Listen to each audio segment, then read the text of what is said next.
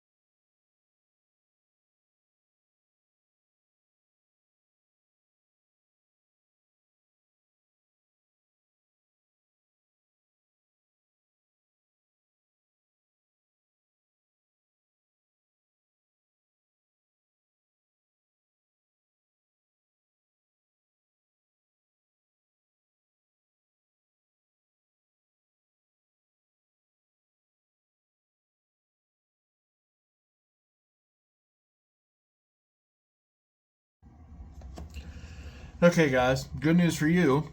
If I struggle with the build as much as I did with putting this body together, it'll be a long part series of this build. I don't know, it just wasn't lining up for me. You know, maybe it's because it's like 10:30 at night and I'm tired and I've been up since 6, but I don't know, but it's together. So one thing I did notice, I'm gonna put the front grill on, but it's all together.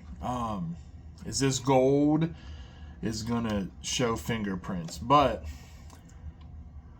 the interior looks absolutely amazing. So I've never did a build personally. I have 2 builds with drivers, but I didn't do the builds. So this one I'm doing myself, and I'm super excited about this. So I think that I'm gonna end this here. Oh, I got the Lucky Charms, Unlucky Charms sticker in the back window too, like the banner sticker. I think I'm gonna end this here, not end part 1, but end the video tonight, and we'll get the chassis together tomorrow, and then we will see what we got going on with the motor and the interior. I'm a little concerned. It looks like it should clear. If it's, oh boy, it's gonna be close. It's a C1, so it's flat. I just might have to have the body up off of the sliders a little bit, but that'll be fine. I'm gonna try to, I'm hoping that this actually will meet the C1, the RCM CCA class 1 stuff, the regulations, but I doubt it, because I can't ever seem, no matter what I do, to get the inside edge of the tires to be covered by the body. So anybody that got any tips for that, maybe stock axles, not the Isokinetic +5s, I guess. That would probably be a start, I would imagine. But I never really was worried about like competitions, but I went to one, and most of my trucks are class 2. One's a class 3 here, just because of the tire size and everything else. But I'm excited to get this build going. So we will see y'all tomorrow for part 2 of part 1 of the Unlucky Charms build.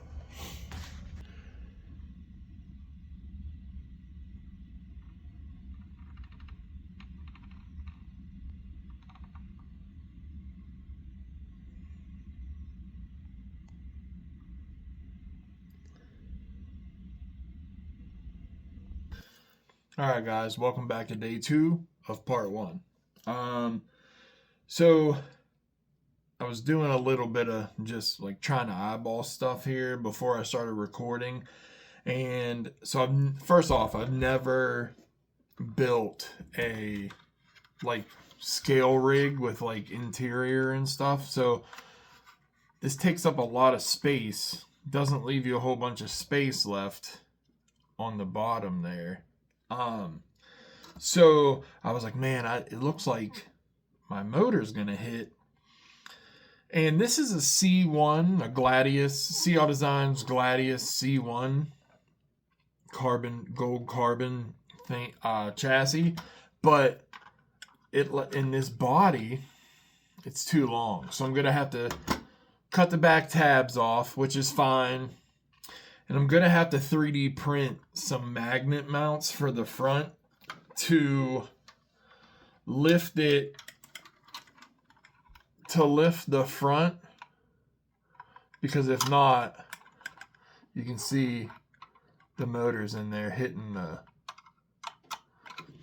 bottom of the thing. But we're gonna take this back apart. We're gonna put the links on it, and we'll put it back together in a hyperlapse video, and then we'll be back here in a few to talk about it.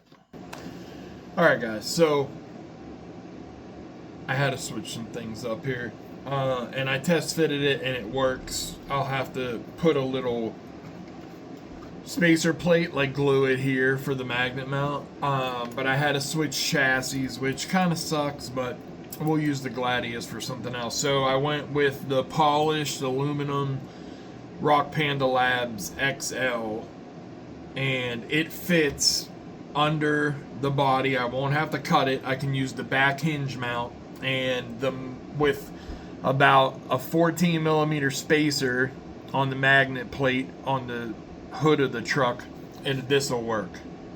Also, the chrome don't look bad because the motor's chrome, and also the wheels have chrome in them, so it should look all right. And I'm not upset about it because, I mean, we can just use the Gladius somewhere else. But yeah, so it actually sits pretty decent on here once I have the spacer mount. I mean, it's a little off, not really though, because it'll sit like this.